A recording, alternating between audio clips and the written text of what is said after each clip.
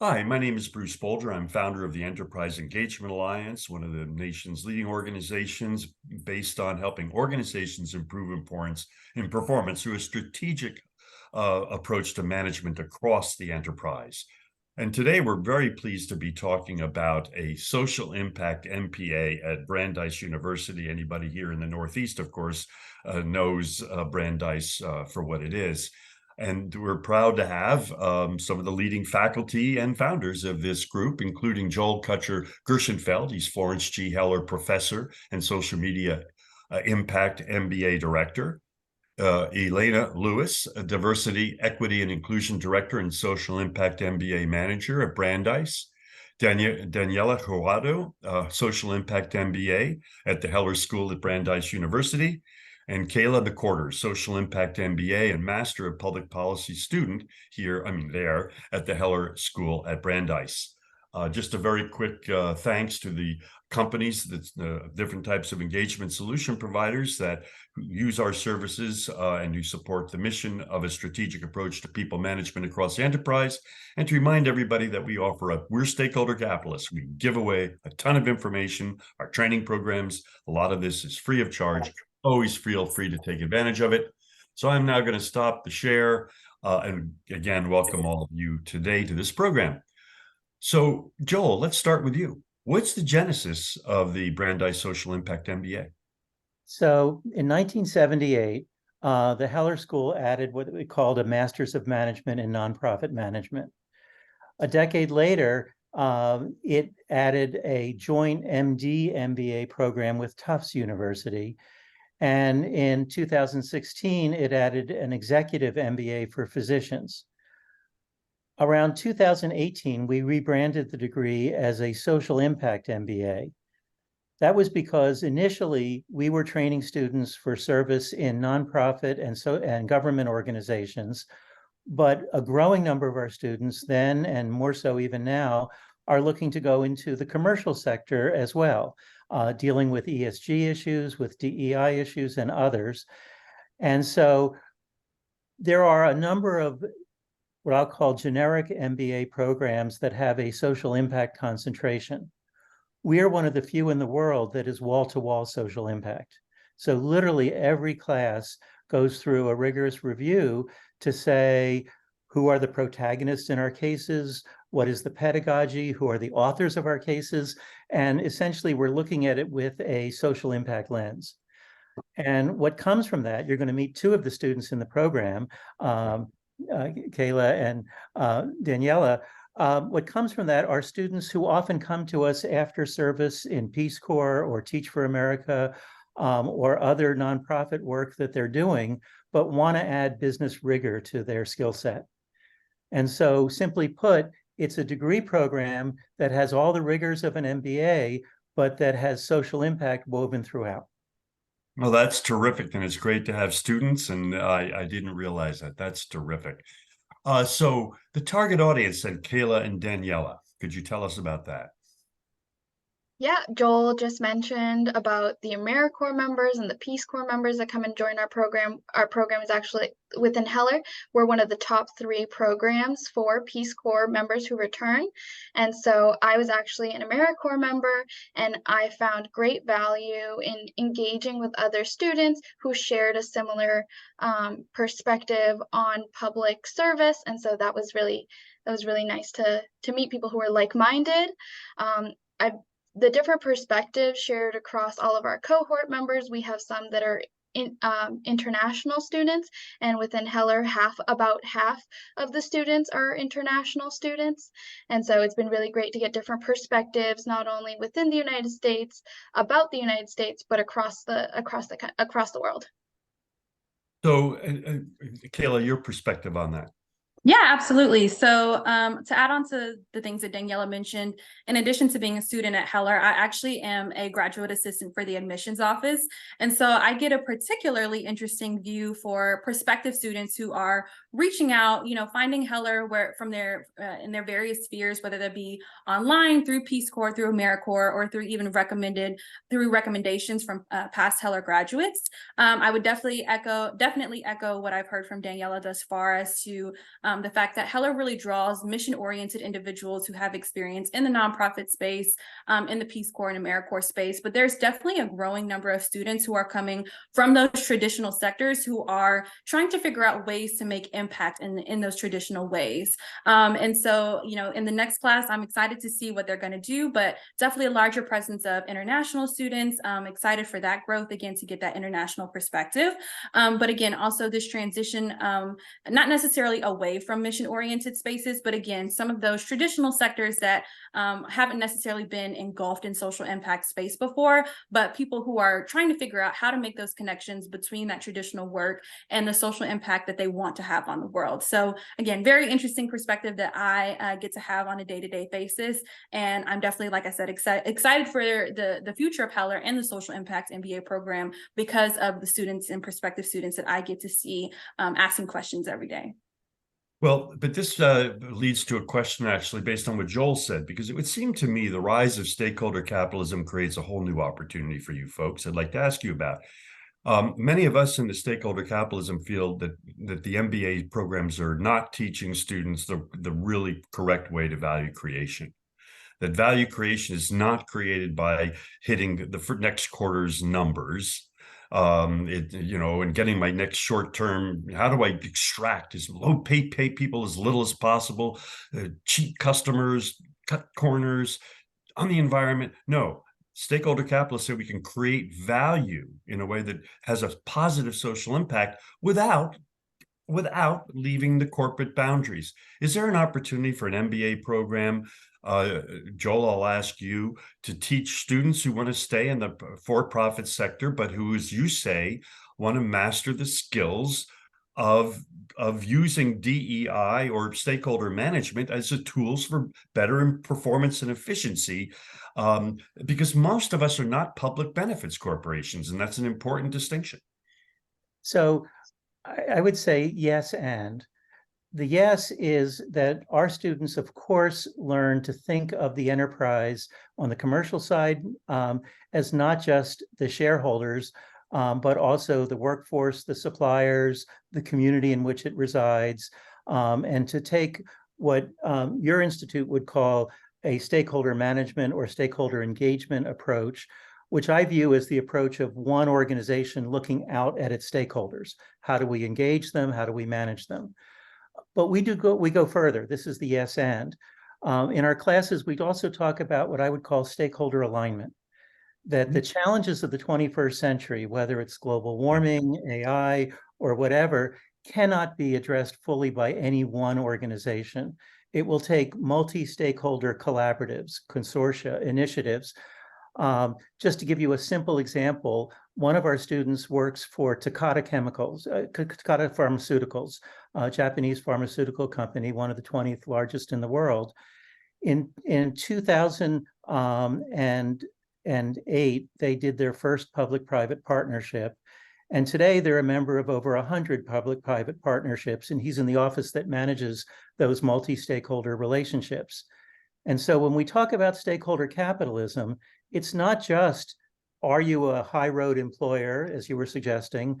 Are you valuing a supply chain that has good labor standards and all the rest? Are you running a safe and continuously improving workplace using continuous improvement methods? But it's also, are you connecting laterally to others that are relevant to your enterprise? And we believe that the future of our society will depend on these multi-stakeholder consortia, these conversations that include but go beyond the four walls of the enterprise. Well, that makes total sense. And let me state that in the world of stakeholder management, alignment is critical even within the organization. It's not about balancing the interests of stakeholders. I don't know who invented that. You align their interests, and we have to make trade-offs. We have to, but at least they're against a clear purpose. So when we make trade-offs, at least, we need World War II, we made a lot of trade-offs.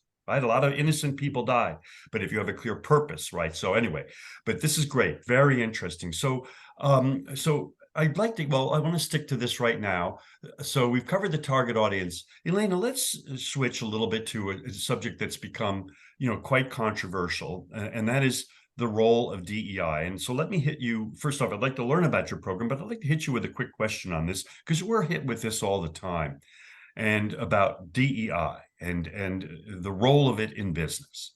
I've been involved with PricewaterhouseCoopers programs. I won't bore you with all the details, but the one hypothesis is that it is, in fact, I just saw research that suggests that DEI, and this is from independent research, you're going to see this, that DEI is actually creates a lack of flexibility in business, that the procedures necessary to recruit and to enforce it actually make companies less nimble. And this isn't from a partisan organization. This is simply from a researcher at the University of Toronto, whether his research is right or not. But our contention has been that that DEI is just better business. We don't have to worry about the social implications are there and they have to be dealt with. But for my running a business, if I have the most diverse pool of talent, customers, supply chain partners, distribution partners, and they're attracting their communities, isn't that better for business? How did DEI become controversial, and what is your school's approach to it?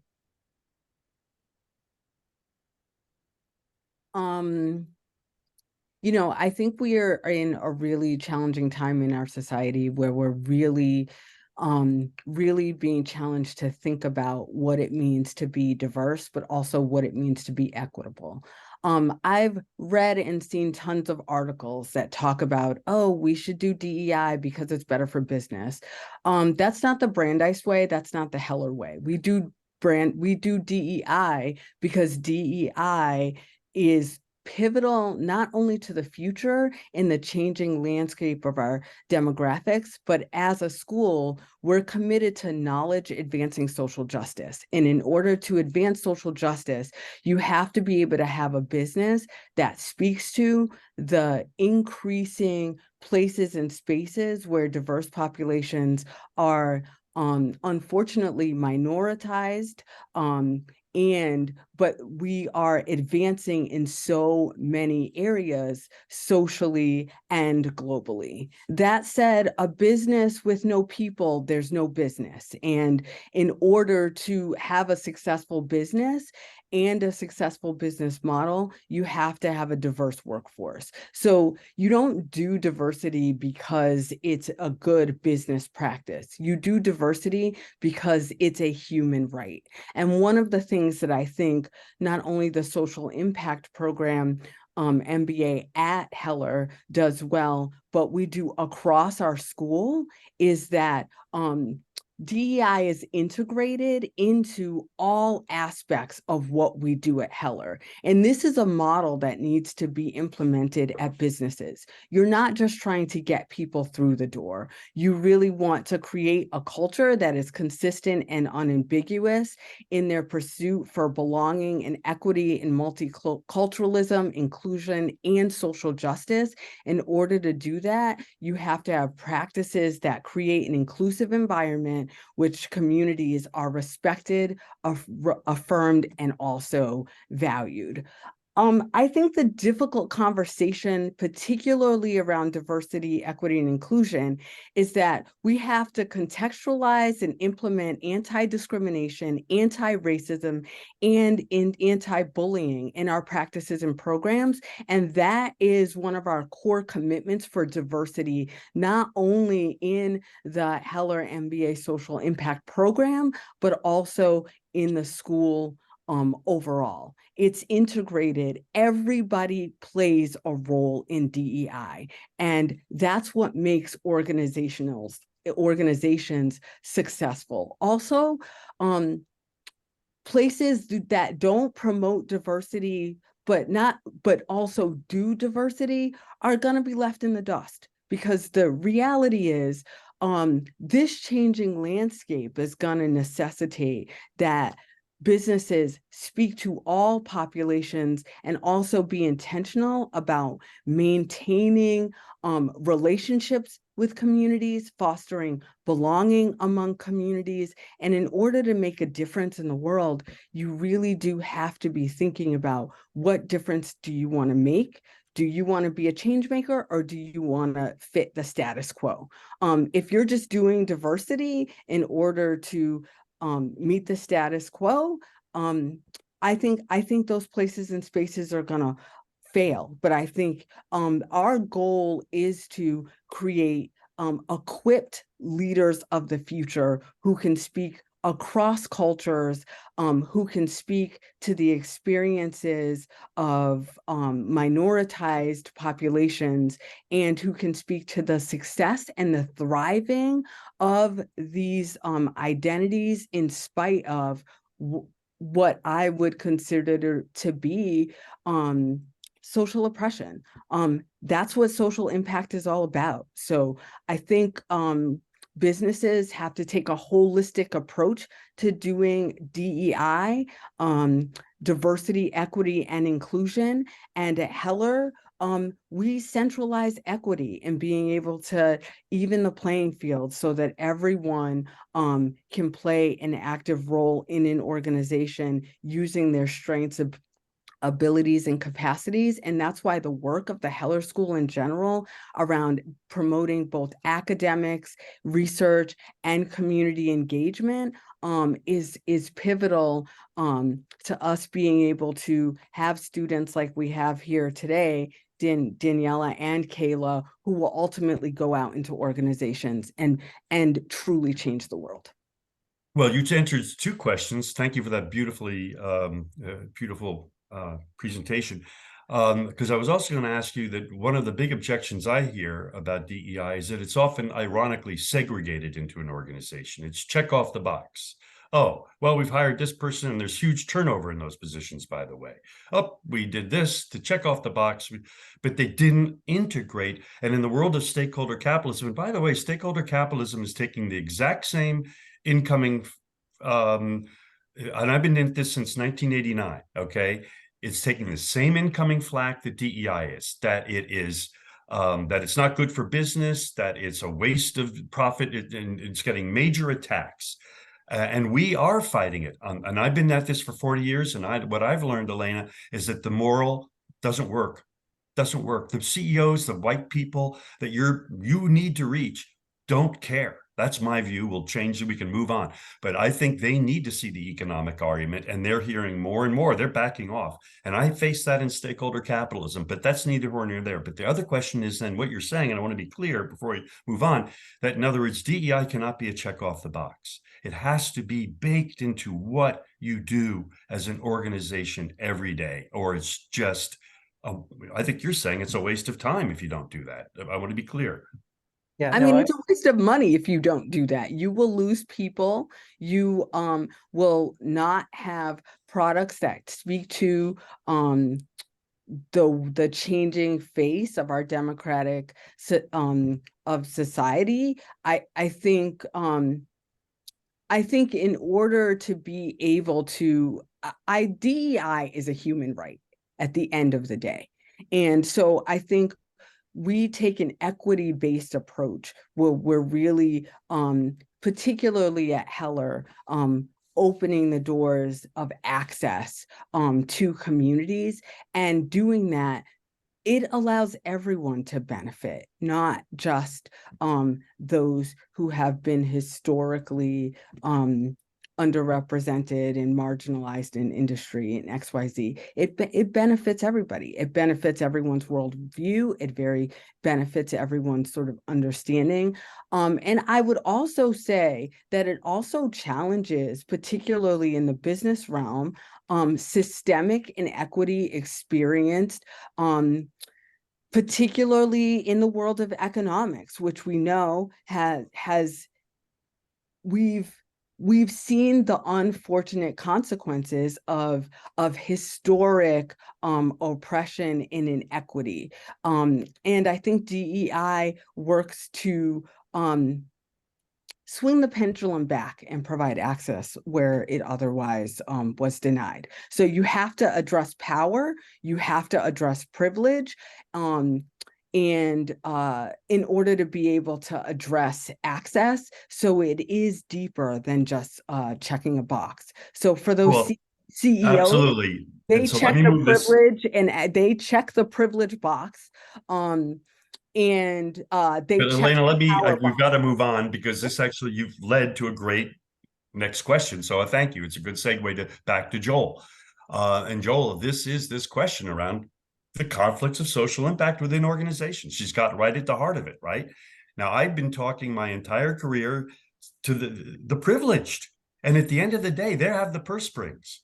And Joel, they don't. I'm sorry, Elena, you're young and fresh, it looks, but I'm telling you right now, unless there's a change in generation, it's the money talks. And right now, guys, so Joel, let me ask you, how do we address that? Calah and Daniela. Yeah. Pardon me? They are the change in generation. There you They go. are what the future leaders of the world and what DEI will look like. And they will be in the boardroom, and we'll see, and we're optimistic about seeing that pendulum swing in spite of.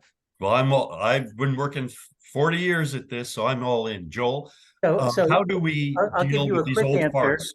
Yeah, I'll give you a quick answer, but then I think the important thing is to ask Daniela and Calah, in their own identity and leadership style, what they will bring to the organizations of the future.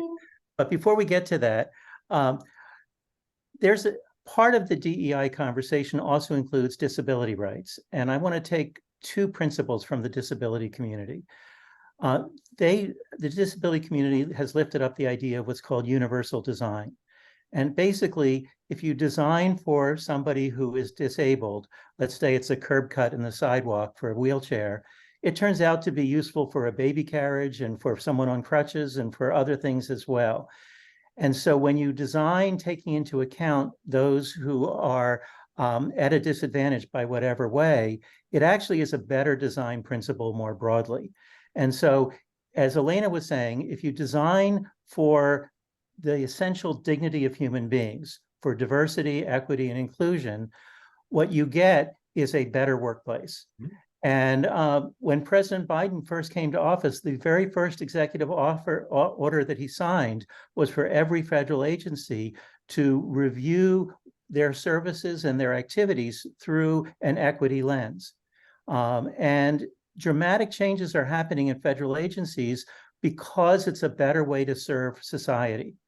And so I believe that the universal design principle helps us to think through why this is a better way to do things. But the last thing I'll also pull from the disability movement is a phrase, nothing about us without us. This is not about some people trying to design for others who they think might benefit. It's about giving voice to everybody. And so when you design an organization, over a 30-year period, I helped Ford and the UAW develop what became the Ford Production System. And early on, we learned that diverse teams perform better than homogeneous teams. But more importantly, it rose right up to the very top of the corporation. Ford began marketing to the LGBTQ plus community, and some people started to do a boycott on family principles that opposed that marketing strategy. Ford faced a value decision. Do they continue that marketing campaign, or do they bow to a conservative set of folks resisting it? And there wasn't a middle ground. You had to choose one or the other. Ford chose to continue that campaign, and it was the right thing to do. And so on the one hand, I think there is a business case to be made, and it has to do with, basically giving broad voice in how you run an organization, a high road, high involvement type approach. But it's also about, as Elena was saying, core values. What do you stand for as an organization? That's it. North Star. Yeah. What's your North Star? So we have two students here. And I would like to, because both of you, having been in you might be interested in not-for-profits. And we look at we think the principles of social impact have to be incorporated into for-profits. That's our view. you've heard of conscious capitalism, stakeholder capitalism. It doesn't look like either of you. Do either of you have any interest in working for a for-profit, or both of you only want to work for, and there's nothing wrong with it, I'm just interested. Like Joel mentioned ESG. There's openings in ESG. There's certainly a lot of openings in DEI. I hope for people with true authority, right? Not to check off the box jobs. But so what are you folks thinking about for your careers with this MBA? Absolutely. So as a Latin woman, I'm going to be very excited at the end of December to consider myself part of that 6% of Hispanic women that graduate with an MBA. And so I'm really taking my identity with me as an immigrant to the United States and moving it forward with me into any career that I decide to go to. I did come from a nonprofit background and that public service direct work, but having been on the ground, acknowledged and meeting different communities who were struggling, especially during the pandemic, that was very impactful to me. And so I want to go on and lead into different administrative roles to really support community and create impact within community. I think whether that happens in the for-profit space, this program has allowed me to strengthen both my technical and interpersonal skills and inspired an interest in finance. And so as I go into those fields, I'm taking everything from this program, social justice and equity, all the different discussions that we've really had about advancing these missions, especially in some of Professor Joel Cutcher-Gershenfeld's classes. And those have definitely motivated me to move into that direction. Well, be aware that there's something called, you may have already learned about this, called public benefits corporations. And I probably learned about that. Those are LLCs, corporations, but that actually take solving social problems as a means of making money, but they don't have to make a ton of money. But the bottom line is there's a lot of opportunities for people that want to make an impact. That's cool. How about you, Calah? Yes. So my career goals actually involve community development through place-based strategies and initiatives. That's my concentration statement. And so what that looks like is really involving different sectors of a community, different stakeholders of a community, aligning their agendas for the elevation of all members of a community, but specifically the marginalized individuals that Elena was talking about. And I think something that particularly inspires me for that work is, of course, my brief work history. I took a year off between undergrad and graduate school and did work in a nonprofit organization, a museum dedicated to the history of the 1921 Tulsa Race Massacre, who is currently doing work to share that history, but also, again, kind of figure out what Tulsa looks like in a reimagined, equitable space, in a space that's still being gentrified and taken over and exploited even today by large corporations, by, universities, by, even the city. How do we really kind of level the playing field and create equity for everyone to be able to engage in? And I think, to be completely transparent, when I came to Heller, I really did come with this mentality that, not only did I want to engage in that work, but I understood that there was a different language that was being spoken, by people in the corporate space versus people in, the public space and the governmental space versus the nonprofit space. And there, even though everyone was, speaking English, there was still a different language that was being communicated in, depending on kind of where you worked and what area you were in. And I really wanted to learn the language specifically of business. I started off with just a Social Impact MBA before adding on the Masters of Public Policy, but I wanted to learn the language of business, kind of to do what you were speaking to earlier, to figure out how to almost quantify the unquantifiable, and figure out how to make the metrics apply to, telling people that DEI is profitable and giving them the surefire numbers that says this is why you should invest. And while I do still believe that there is some value in that, something that I've actually learned while at Heller is that there is so much value and qualitative data in the anecdotes that we cannot really apply numbers to, that are often neglected because people are searching for the numbers. I think that's why so many social mission-oriented organizations don't necessarily get the funding they receive, because how do you quantify, really, helping a life? I'm serve as a board fellow for a mission called Reach here in Waltham, and it's a domestic violence organization. How do you really quantify, helping to save save the life of a domestic violence victim. Reach can say at the end of the year, you know, we've made this many connections and we've had this many people come on board, or we've helped to transfer, you know, this many people out of their homes. But some of these things, as it pertains to social impact, as it pertains to DEI, can't be given numbers to. And if we continue to try and look specifically for those numbers, we're going to miss so many opportunities in areas that we can really make an impact, whether you're in the nonprofit space, mission-oriented space, or in the corporate space.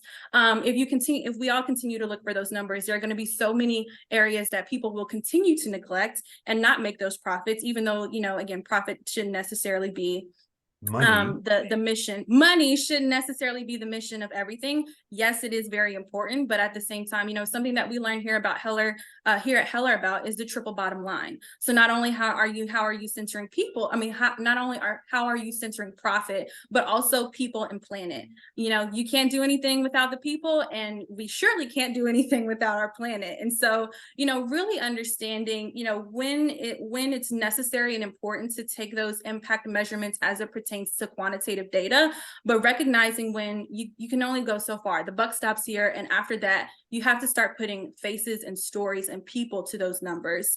And so, you know, while it is DEI and community development and all these things are very, very essential and good for business, I think as long as we continue to function in this state of mind that we can only use the numbers, or we should only rely on the numbers, the impact that we're going to have is always going to fall short, and it's going to kind of continue the trajectory that we're on right now.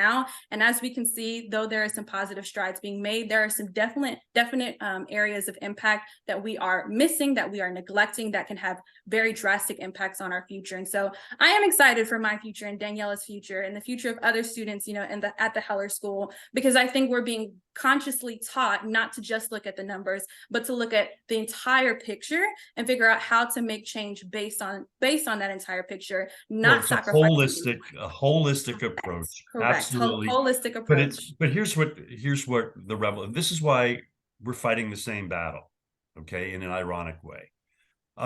Because again, we're talking about companies that are charged to make money. But remember, every company can establish its own North Star.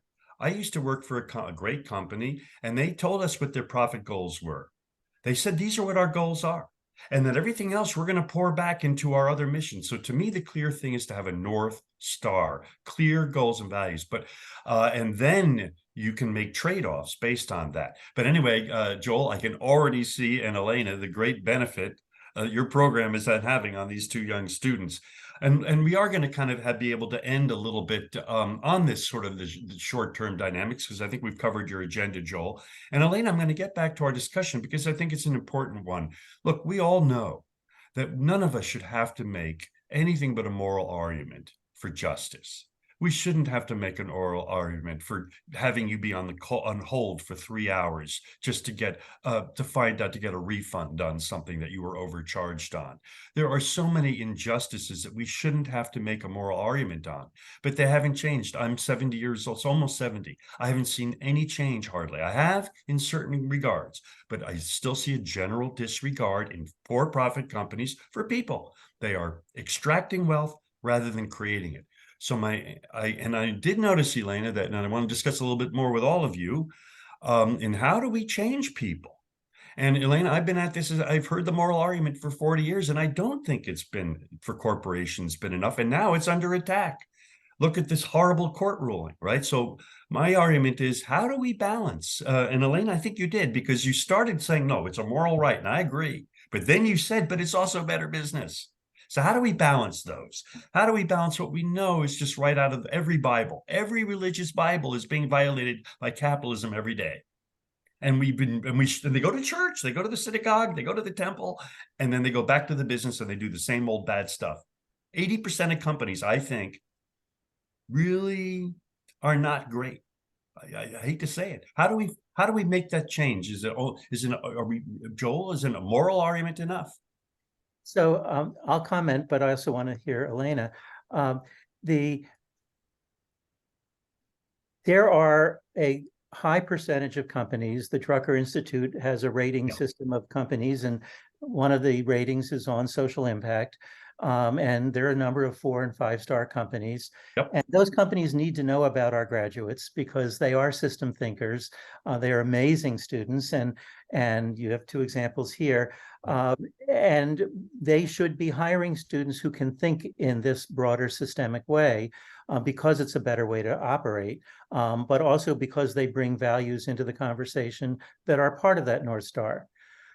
I will also say that one of the cases that we discussed in one of our classes is Ulu Solar, a company in West Africa that started as a nonprofit to bring solar energy through small panels on the back of motorbikes to remote rural villages in Senegal and now in 6 African nations.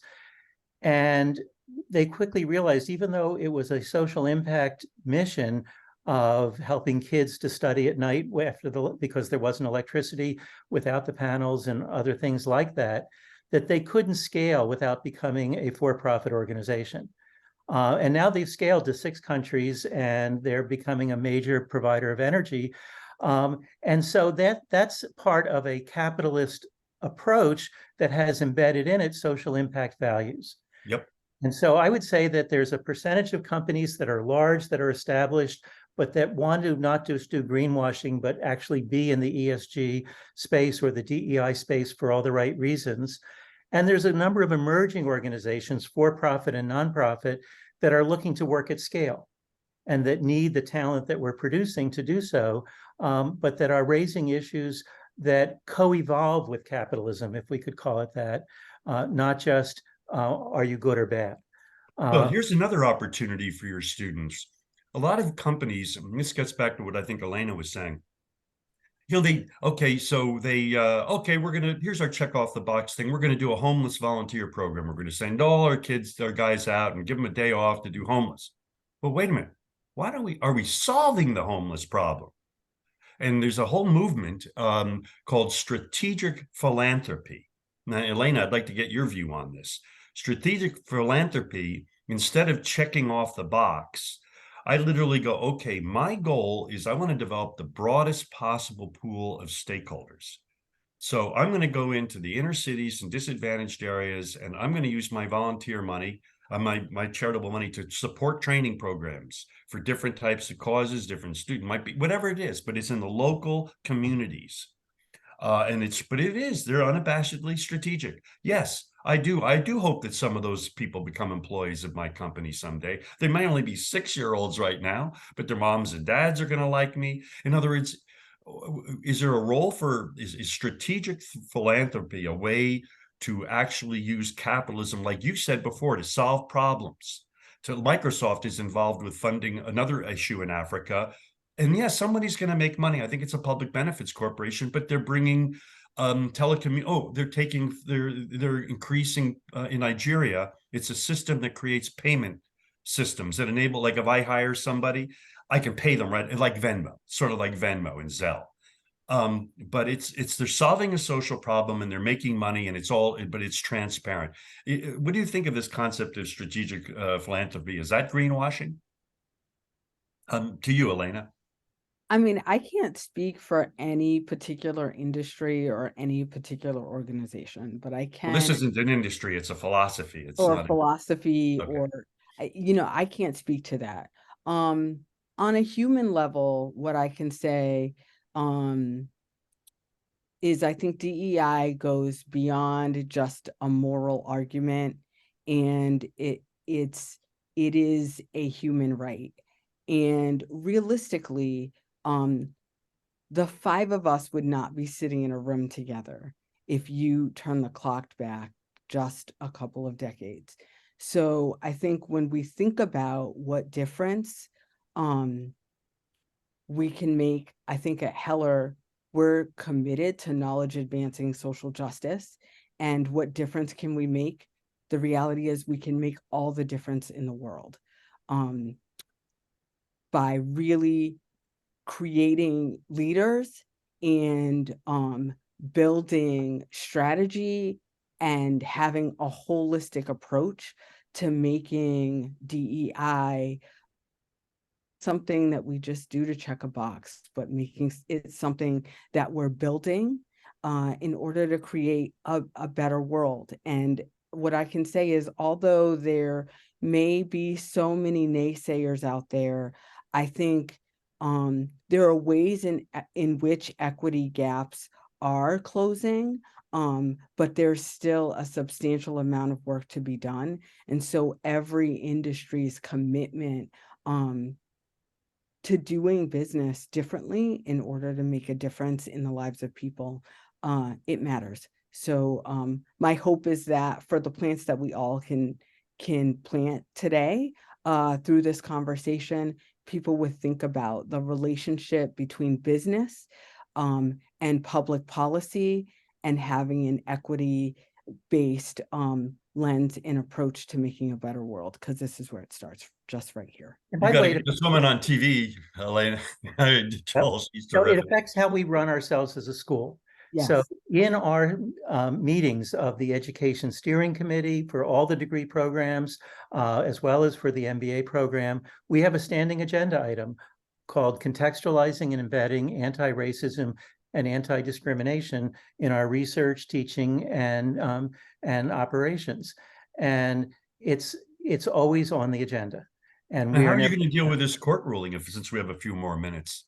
On the one hand, the court ruling sent shockwaves through all of higher education, and how we adjust is still being determined.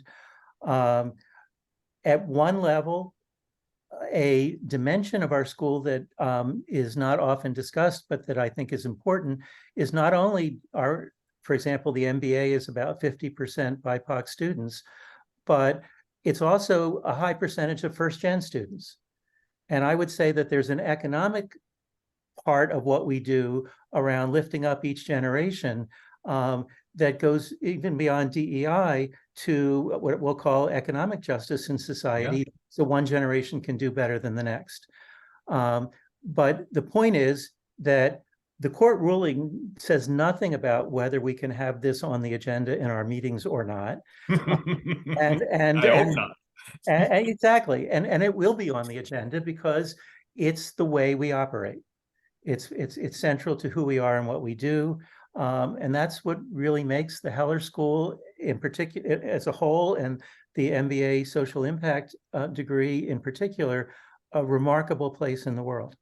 Well, Elena said something that how can we have a successful and vibrant enterprise of any kind if it doesn't reflect the community upon which it lives and exists and depends. So it really is, at the end of the day, certainly a moral issue, but it is also just common sense.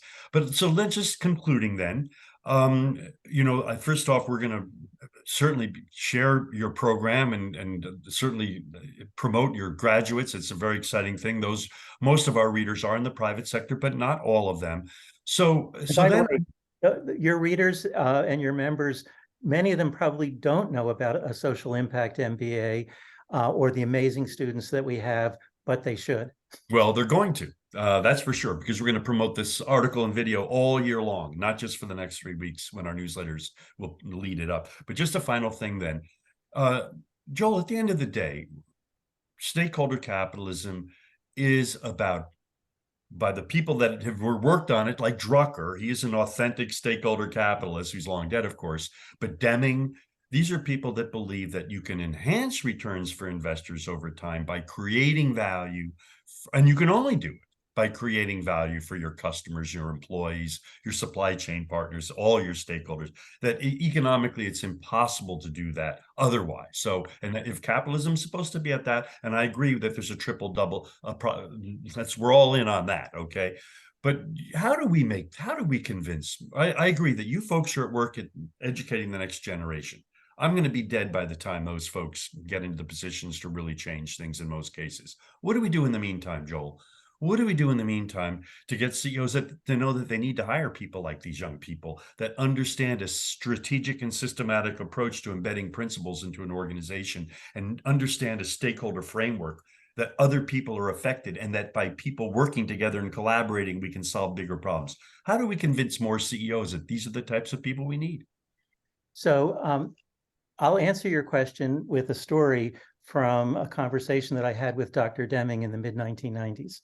But before I get to that, because that will be a good last word, so to speak, I'd like to have Calah and Daniela and Elena have a last word in terms of what message you would each give to this hypothetical white male CEO who is open to hearing from you, but in a sense, embedded in a traditional organization. If you had a word or a thought to give to them, what would you say? And then I'll share with you a final story. Well, Joel, with one warning, I'm sure they could yell for an hour, so you've got to keep to a minute. And I'll yell with you, so don't rile me up. Okay, Elena, go first. You're muted. I'm going to leave it to the students to give the final word. Okay. All right, you guys go, but I don't want to hurt your career, so be polite. People will watch this. And if you've done it right, it'll be good to have on your LinkedIn page, by the way. So far, you've both been really professional, and I think it'll be good to have on your LinkedIn page. So with that in mind, what advice would you give to CEOs about managing the next generation? I think that it would be very difficult to change a white CEO's mind in one conversation, but I would like to emphasize the fact that if they are empathetic and they put in the work to really build relationships with their employees, their suppliers, and all these different different stakeholders, that they can really work together to promote the profits that they're looking for, while also increasing and supporting human capital within their organization. And I think that if the CEO can really work and collaborate on these different initiatives, the organization as a whole can grow, and this benefits not only them but everything moving forward. So that hopefully that idea of growth and in some cases increased profit would help change their mind to begin to have some of these conversations that can make really big impact for the people who are in it and the people who they're serving in their communities, and maybe potentially other organizations that they engage with. And through these different connections, we can really expand this idea of supporting each other and uplifting each other as a whole. Beautiful. Calah. Yes, so I'm gonna go with the white male CEO who's empathetic, as you said, is open to listening. And to be completely transparent, I think the main thing that I would say is you can't do true DEI or social impact work without understanding that you have to release power. You have to let go of power, and you have to decenter yourself. I think a lot of times, the way that organizations and companies kind of fall into the trap of doing the checkbox DEI is that they engage in all of their work based off of perceived needs without actually going and sourcing as to whether or not those needs are real or not. And so if you want to do DEI, if you want to do social impact work, you have to transfer power into the impacted communities, into the impacted employees of whatever, DEI initiative that you're focusing on, whether it be surrounding race, whether it be surrounding gender and sexuality, whatever it is around ability, you have to decenter yourself from the center of the power wheel and move the impacted communities into that power wheel in order to actually make actionable change. And once organizations really start doing that, that's when they'll see the benefits of having those diverse, inclusive, and belonging-oriented communities. I also do just want to say that I recognize not everyone will listen. Not everyone's going to, be ecstatic about DEI or even care about DEI. And, I hate to end this way, and I didn't think I was going to say this out loud, but, I really hope that what I'm honestly hearing as a younger individual that, oh my gosh, I can't believe I'm about to say this on a recording. There are some younger people who are saying we just have to wait for the older generation who is currently in power to transition either out of their roles or transition, out of life, if I can say that. And so I would hope that that's not true, but realistically, because people are people, because we're all humans, some people are going to be oriented towards doing the work and some people are not. And so it's just a matter of, figuring out and finding out who those people who are empathetic, who do have a listening ear, open to, individuals who really want to do that work, and really making sure that they understand you can't do true DEI, you can't do true social impact, you can't do even true stakeholder alignment and stakeholder capitalism without ensuring that they understand you have to transfer power and let others step into their power to really make the impact that they want to see. Well, That's what Calah, I'd say. one of the fundamental principles of stakeholder capitalism is voice. Everyone has voice, bottom up, and it all comes from, ironically, and Joel, you're going to get the last word. It really comes from total quality management and manufacturing. A lot of these principles, and that's the great segue to your Deming story, who back in the 1950s realized you're never going to manufacture things well unless you engage all of the stakeholders and the customer in the process. And that is a colorblind process. And by the way, disabilities, we are wasting so many talented neurodiverse people. We're wasting so many talented seniors, so many talented people in this country because of bias. And it is sadly systemic. So I think personally, Joel, your final word on your Deming story and anything else you'd like to say. Certainly. And I will say that we might be surprised at how many CEOs have learned that you have to give up power to get power. That by giving up individual short-term control and by engaging more fully and more broadly with diverse stakeholders, you actually increase your influence. You increase your capacity to make a difference, but you can't do it with a narrow-minded kind of control mindset. And what I heard from Daniela and Calah to the CEOs is basically calling that out. And I appreciate that. So here's the final story.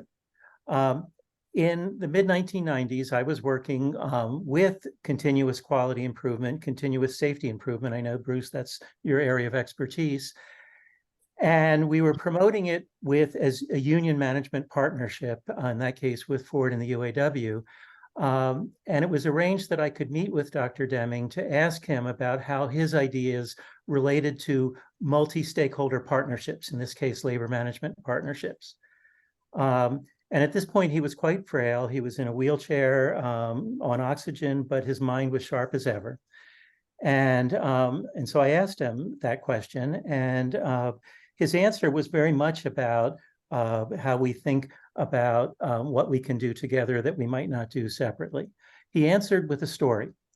He said he had just received a letter from a woman who had been in one of his seminars and who really appreciated this idea of root cause and continuous improvement. And she thanked him for that. But she said it wasn't just that it helped her on the job. In this case, she said it had actually saved her marriage. And she went on to say that she and her partner, her husband in this case, were always fighting. And based on Deming's teaching, she asked him if he would to take some time and look at the data. So they made a list of all the arguments they had had in the last 6 months or whatever the time period was. And then using the 5 whys, they began to say, what are the patterns and why is that? And the first thing they observed is that every argument they had was out of proportion to with whatever they were fighting over. So then they said, well, why is that? And eventually they got down to the fact that they were both competitive people, that they each liked to win. And that's when she said they hit on the idea that really saved their marriage, and that I think applies across stakeholders in all sorts of contexts, in which she said that they realized that even though they both wanted to win, they were both competitive people, neither one wanted to be married to a loser. Well, that should be the ultimate reason for a stakeholder alignment. There you go. And well, thank you, Joel. Thank you, Calah, Elena, for your beautiful pushback on my stakeholder capitalist argument. Daniela, for your insights as well. And we will get you, we'll have a recording about this probably to you by Monday, but we'll publish an article. I'm going to be on vacation another week. So we're going to promote this a lot, Joel, and we look forward to another program coming up on sort of a related subject coming up in a couple of days. So thanks again, and good luck on your respective careers and missions. Thank you. Thank you, Bruce. Thank